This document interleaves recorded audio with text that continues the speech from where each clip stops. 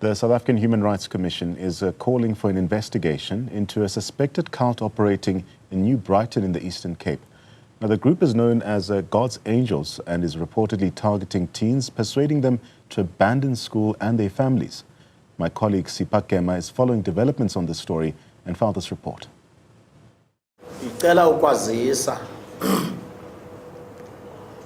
Njengoba silapha soba yi7 sisi angels sisuka emazulwini saphinda sazenzela umama ngosasisemazulwini sazidalela umama notata. Spiritual cults, often wrapped in the guise of religious sanctity, exploit deep-seated needs for belonging and spiritual fulfillment. Just like the group known as God's Angels in Gqeberha, which operates under the guidance of a figure who has convinced numerous teenagers to leave their everyday lives. Well, it's quite easy for people to do something like this, especially because religion is quite big business in South Africa. And one of the big things that these leaders do is they offer you an answer. So for many of the young people, they've probably got questions around what's going to happen to them. Are they actually going to get a job? What is the value of education in an environment where so many people are unemployed? And these kind of opportunistic leaders prey on young people that have doubt.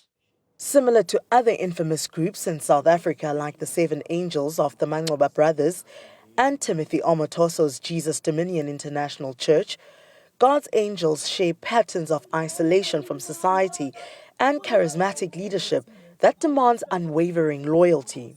Should have anyone come to you and said, this man is allegedly sexually assaulting, kidnapping, human trafficking, all these charges that he's currently facing now, had they told you at that time when you had joined the church that this is what's happening, would you have believed them? Yes, I will dismiss that for sure.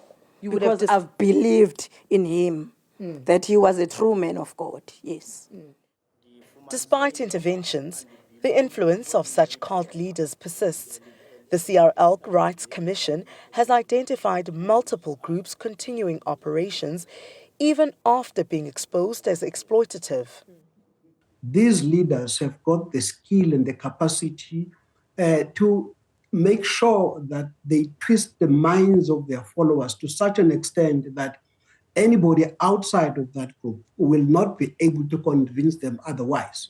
You know, in certain instances, even if there were law enforcement agencies that would come trying to arrest the person, you would find the followers themselves fighting with the police, saying, no, leave our leaders. You know, the police are inspired by the devil. That's why they are fighting our leader and all of that. For the Nanana family, the pain is personal and profound. Sibahle's brother, once a vibrant part of the family, now defends the cult with a favor that frightens and saddens his loved ones. It's a very, I don't want to say it's a very sensitive topic to them, but whenever you mention the guy's name, a quick reaction comes up and it's very scary. And my fear is that they might do something to themselves or even us. Amidst this turmoil, the Department of Social Development is stepping in, determined to help these families and children find a path back to normalcy and safety. We have to get in and make an assessment of each and every child that is involved, because obviously they might have been affected differently, because we might assume because they're in one space, probably it's a one size fits all. But we will make an assessment of the situation, dealing with each and every child, dealing with each and every family, because you need to understand, sometimes children get involved into these things and you find that it's not only the immediate problem, but there's something within the family itself that you need to deal with. So the department, as a department that encourages the philosophy of a family-based intervention, we don't deal with individuals, we deal with a complete family, because at the end of the day, it is the actual family that is going to remain with that child. So we'll make an assessment of each and every child, obviously working with other stakeholders, because social development has got just a minuscule intervention into this. So we'll only use what we know. What we know are all the rights that are contained under the child protection. If these children still fall within those rights, we'll use those instruments to make an assessment and make an intervention, working with all these other stakeholders. And we still want to get to the point of saying we don't tolerate anything that takes away an individual's right.